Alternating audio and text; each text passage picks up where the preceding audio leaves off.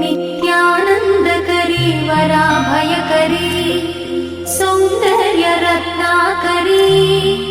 निर्धूताखिल पापनाशनकरी प्रत्यक्ष माहेश्वरी प्राणेयाचलवंशपावनकरी काशीपुराधीश्वरी भिक्षां देहि कृपावलम्बनकरी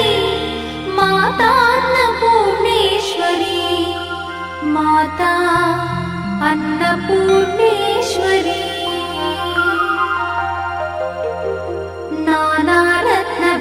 नानारत्नविचित्रभूषणकरी हेमाम्बराडम्बरी